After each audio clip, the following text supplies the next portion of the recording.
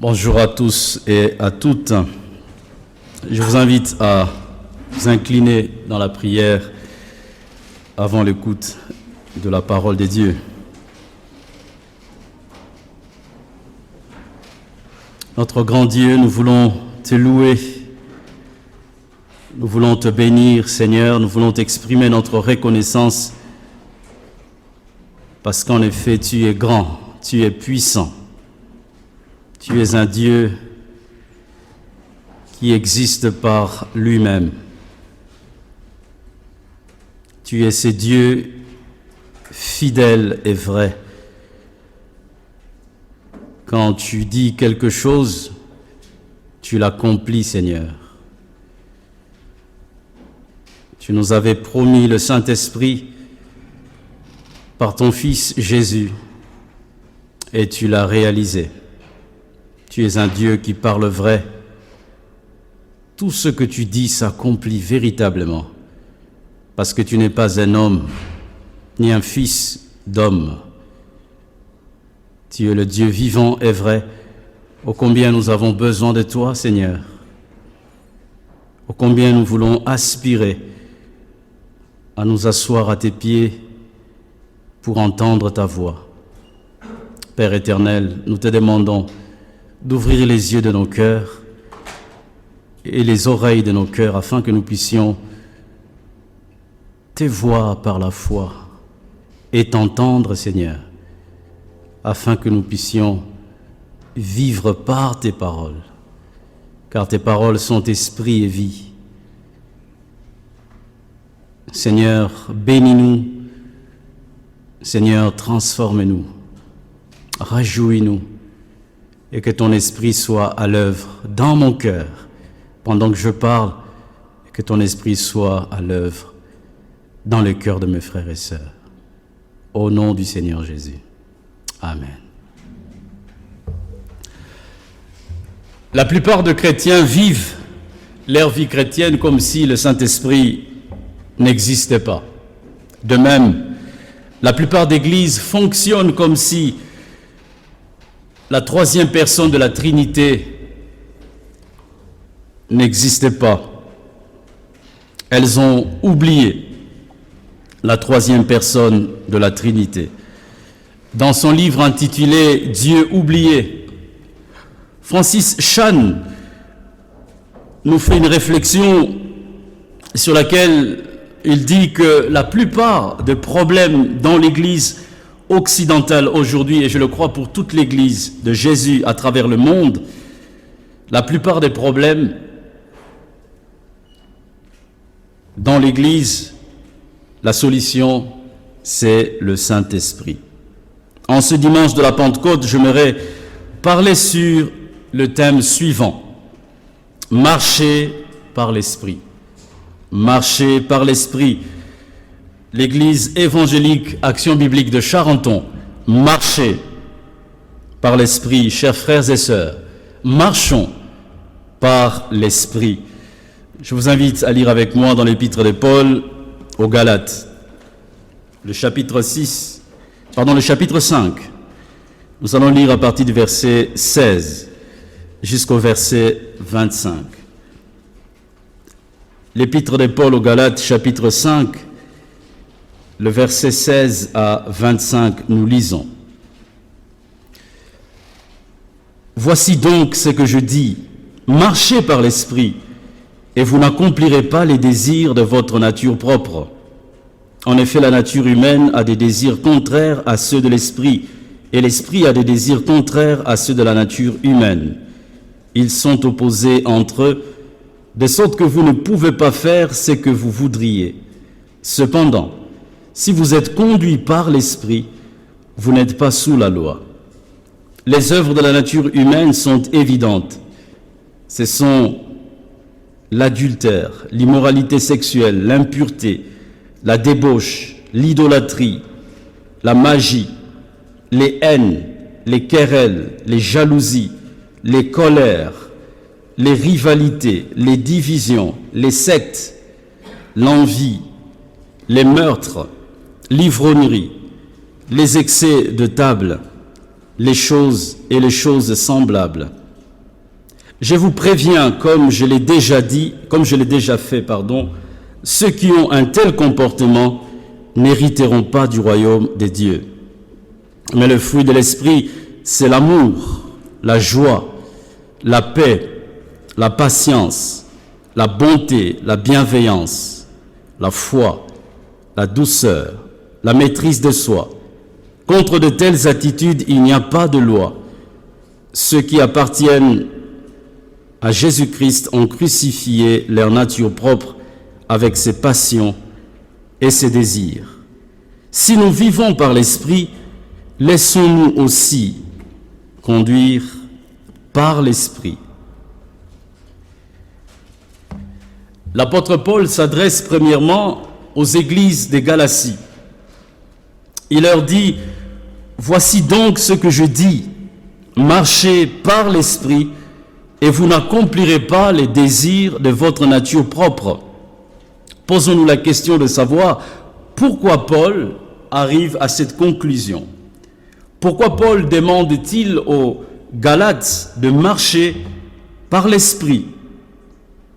En lisant toute l'épître de Paul aux Galates, j'en retire 3 raisons.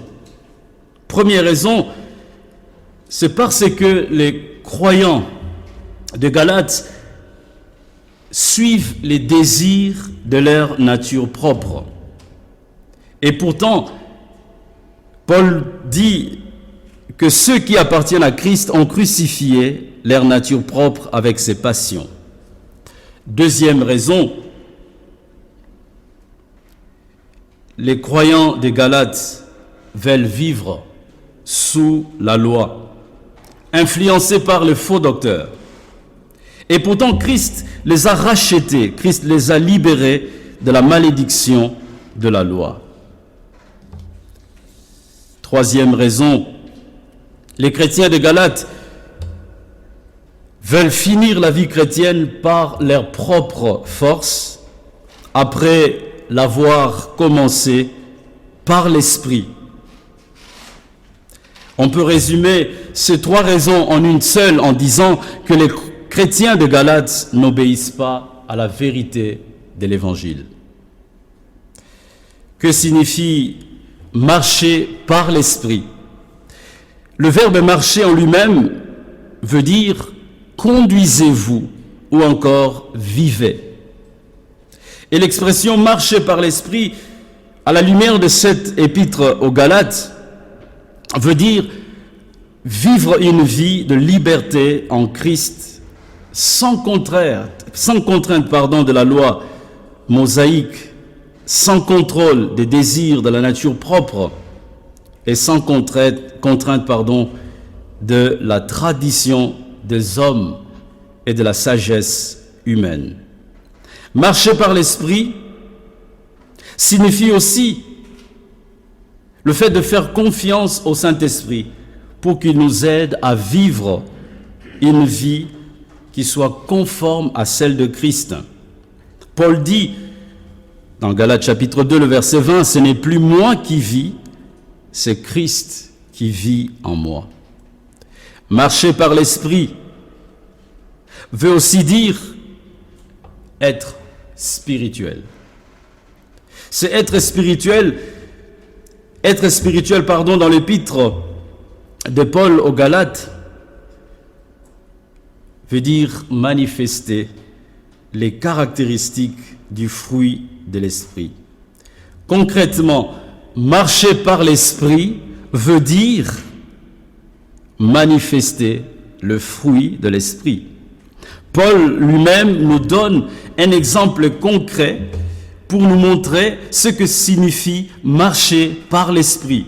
Dans Galates chapitre 6, le verset 1, l'apôtre Paul nous dit « Frères et sœurs, si un homme vient à être surpris en faute, vous qui êtes spirituels, redressez-le dans un esprit de douceur. » Et non avec un esprit de colère ou avec un esprit de jugement. La douceur est un fruit de l'esprit.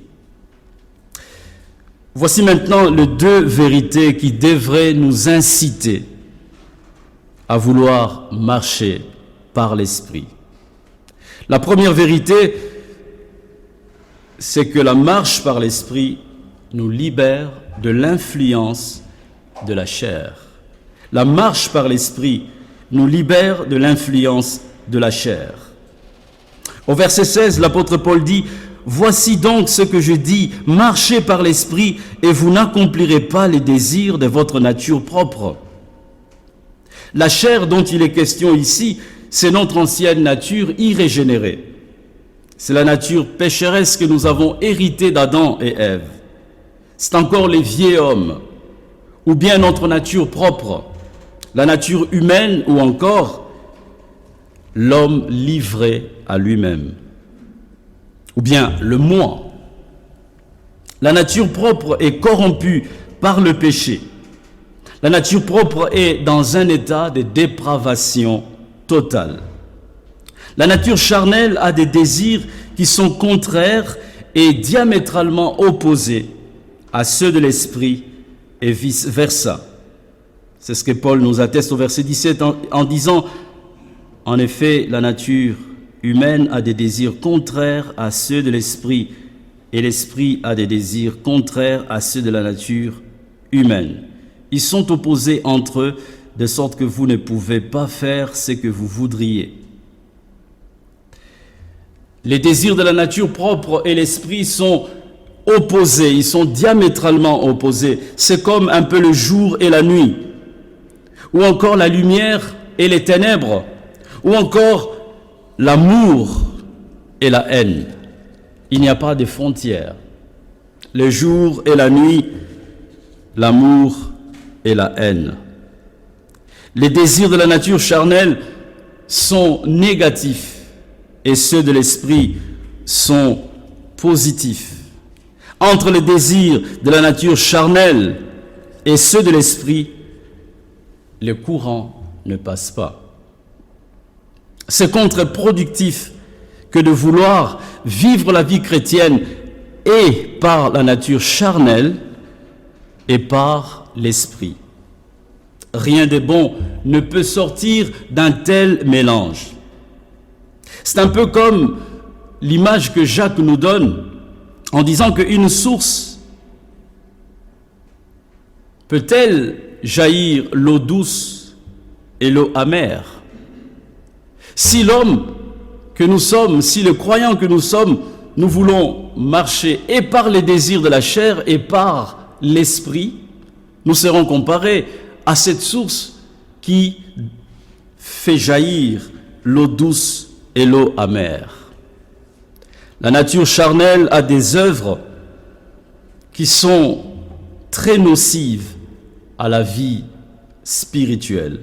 Ces œuvres, Paul nous les mentionne dans le verset 19 à 20. Les œuvres de la nature humaine sont évidentes.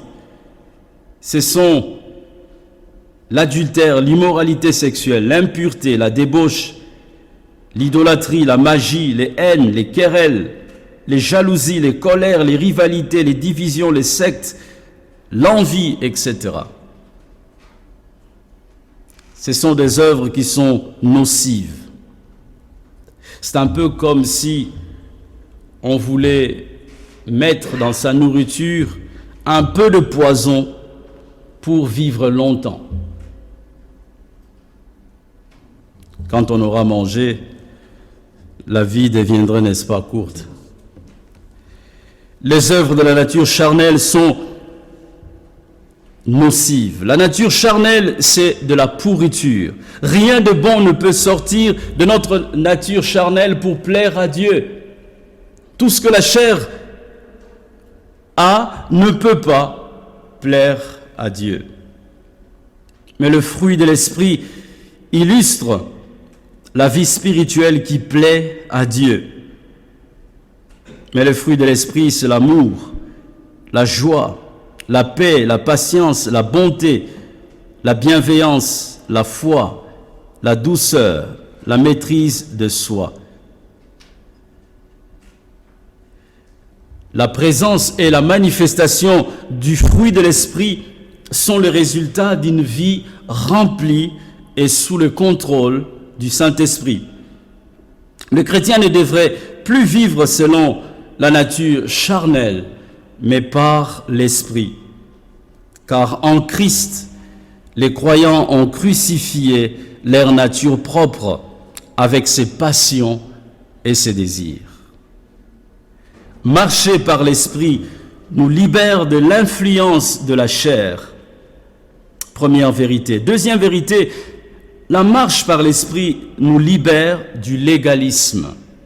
La marche par l'Esprit nous libère du légalisme. Le verset 18, Paul dit, « Cependant, si vous êtes conduits par l'Esprit, vous n'êtes pas sous la loi. » Le légalisme, c'est d'abord le respect rigoureux de la loi mosaïque. Dans cet épître, les croyants de Galatie ont commencé à observer la circoncision par la chair, la circoncision de la chair, pardon. La circoncision de la chair était destinée aux Israélites. Mais les croyants d'origine non juive n'étaient pas censés pratiquer la circoncision de la chair. Mais les Galates, influencés par un mauvais enseignement, se sont mis à pratiquer la circoncision de la chair. Et Paul va les réprimander pour cela. Le légalisme, le respect rigoureux de la loi. Les pharisiens ont reproché plusieurs fois à Jésus de guérir quelqu'un le jour du sabbat. Pour les pharisiens, il ne fallait rien faire ces jours-là.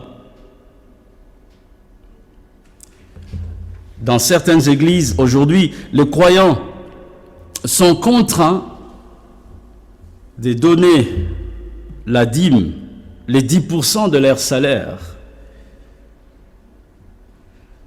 Sinon, Dieu ne va pas ouvrir les écluses des cieux en leur faveur. C'est la loi. Les gens ne sont même pas dans la joie de donner à Dieu, mais ils le font parce que c'est la loi, il faut le faire. Les 10%, ce n'est pas le problème. Le problème, c'est est-ce que nous le faisons dans la joie et la liberté de l'esprit, ou bien nous le faisons parce que c'est une contrainte, parce qu'il faut le faire. Quand on marche par l'esprit, on donne avec joie et dans la liberté. Ensuite, le légalisme, c'est le respect de la tradition des hommes et de la sagesse humaine. Par exemple, ne fais pas ci, ne fais pas ça. Il y a dans certaines églises, quand on arrive au moment de la louange, dès qu'on voit quelqu'un lever les mains vers le ciel, juste pour exprimer sa joie ou sa reconnaissance à Dieu, on regarde cette personne bizarrement, comme pour lui dire, ce que tu fais là, ça ne se fait pas ici. Dans d'autres églises, il faut absolument chanter debout. Quand quelqu'un chante assis, non, tu dois te mettre debout. C'est la tradition des hommes. Dans d'autres églises, il faut absolument chanter assis. Lorsque quelqu'un se met debout, non, ça ne se fait pas ici. Ici, chez nous, tout le monde chante debout ou tout le monde chante assis. Tradition des hommes, sagesse humaine. Les gens ne sont pas libres d'exprimer le culte à Dieu, ne sont pas libres de faire ce qu'ils ont envie de faire par reconnaissance à Dieu, tout simplement parce qu'ils estiment que c'est bien de le faire, de s'exprimer de telle manière. Ils redoutent les qu'en dira-t-on. C'est la tradition des hommes et la sagesse humaine qui règnent et non l'esprit. Paul nous dit, là où règne l'esprit, il y a la liberté. Et la liberté ne veut pas dire désordre. Car le même apôtre nous dit, toujours dans l'épître aux Corinthiens, en rapport avec les cultes, que tout se fasse dans l'ordre. Enfin, le légalisme, c'est le fait de compter sur ses propres forces, son expérience, ses qualités morales, spirituelles, intellectuelles, pour pouvoir vivre sa foi ou vouloir plaire à Dieu. L'apôtre Paul en est l'exemple type. Autrefois pharisien, autrefois observant la loi de façon rigoureuse, il nous dit dans son épître aux Philippiens, le chapitre 3, 4 et suivant, que ces choses qu'il pratiquait, qui étaient considérées comme lui comme un gain, à partir du moment où il a connu le Christ, il a regardé ces choses comme étant de la pourriture à cause de l'excellence de la connaissance de Christ. Paul dit, si vous êtes conduits par l'Esprit, vous n'êtes pas sous la loi.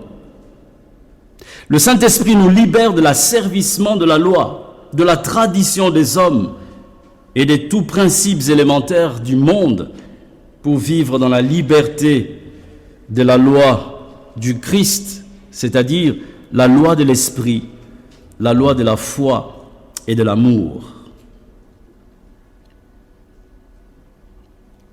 Chers frères et sœurs, pourquoi est-ce que vous et moi, nous avons besoin de marcher par l'Esprit?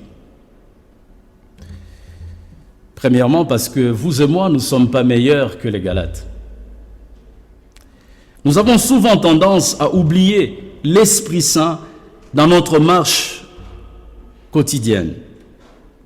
Notre tendance naturelle est souvent de compter sur nos propres forces, que sur la force du Saint-Esprit, pour pouvoir vivre notre vie chrétienne, pour pouvoir entretenir notre relation avec Christ et le servir par la suite.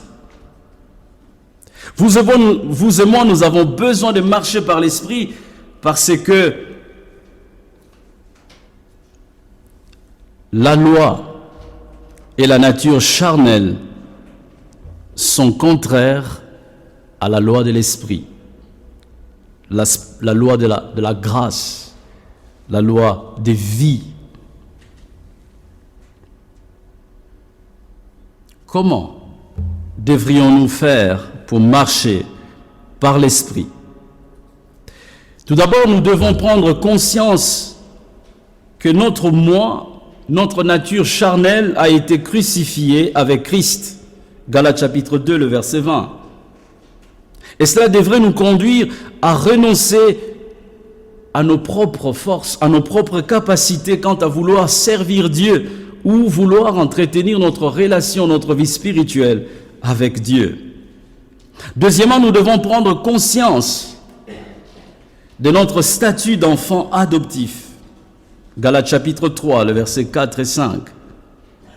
Nous sommes fils et filles de Dieu par la foi en Christ. Nous ne sommes plus esclaves de la loi ou de la nature charnelle. Troisièmement, nous devons prendre conscience de la présence du Saint-Esprit en nous, du fait de notre identité de fils et de filles de Dieu.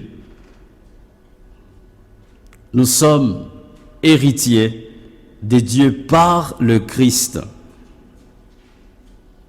Enfin, nous devons compter sur la puissance du Saint-Esprit au quotidien, mais non sur nos propres forces pour vivre notre vie chrétienne. Par exemple, pour lire notre Bible, nous avons besoin de l'aide de l'Esprit. Pour prier, nous avons besoin de l'aide de l'Esprit. Pour témoigner de notre foi, nous avons besoin de l'aide de l'Esprit de Dieu. Pour servir dans l'Église ou ailleurs, nous avons besoin constamment de dépendre non pas de nos propres forces, de nos qualités, de nos dons, mais de la puissance du Saint-Esprit. Après les cultes, nous irons dans le bois de Vincennes pour partager notre foi, pour distribuer des traités et saisir des opportunités que Dieu nous donnera pour parler de son amour Et là encore, nous avons besoin de dépendre du Saint-Esprit. Nous n'avons pas besoin de dépendre de notre expérience, de notre facilité à communiquer, de notre capacité à bien faire les choses. Sinon, par la puissance et la force de l'Esprit. Chers amis, je conclus en disant que la marche par l'Esprit nous libère de l'influence de la nature charnelle et du poids du légalisme. Le légalisme pèse lourd sur nos épaules. La contrainte de la loi, la contrainte des traditions. Or, l'Esprit vient nous libérer de ce poids. Dans l'épître de Paul aux Galates, le chapitre 8, le verset 6, Paul dit « La nature charnelle tend vers la mort, tandis que l'Esprit tend vers la vie et la paix. » Au verset 13, il dit « Si vous vivez en vous conformant à votre nature propre, vous allez mourir. Mais si par l'Esprit vous faites mourir les manières d'agir du corps, vous vivrez. » Marcher par l'Esprit n'est pas une option, ni un privilège réservé à quelques super chrétiens. Marcher par l'Esprit est un ordre du Seigneur. Marcher par l'Esprit fait partie de la vie chrétienne normale. Ce n'est pas l'affaire des ultra-spirituels.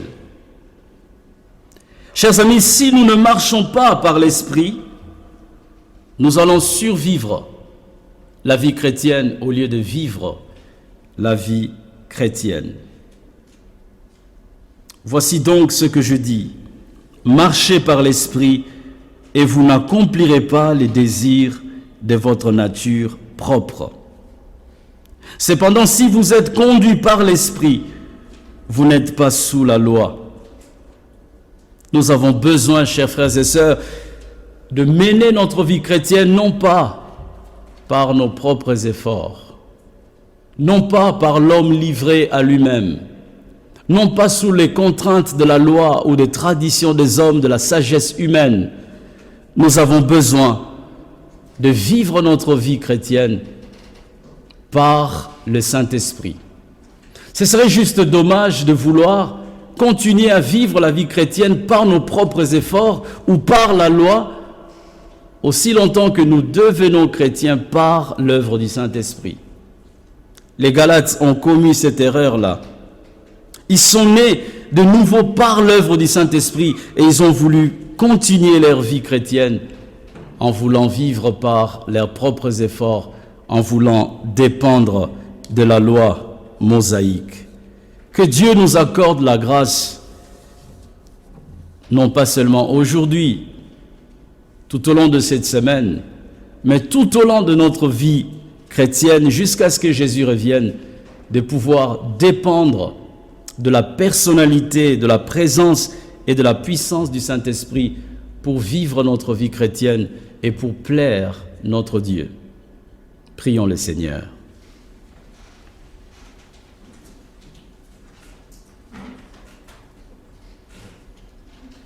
Notre Père, notre Dieu, nous voulons te rendre grâce pour le don du Saint-Esprit, pour la personnalité du Saint-Esprit.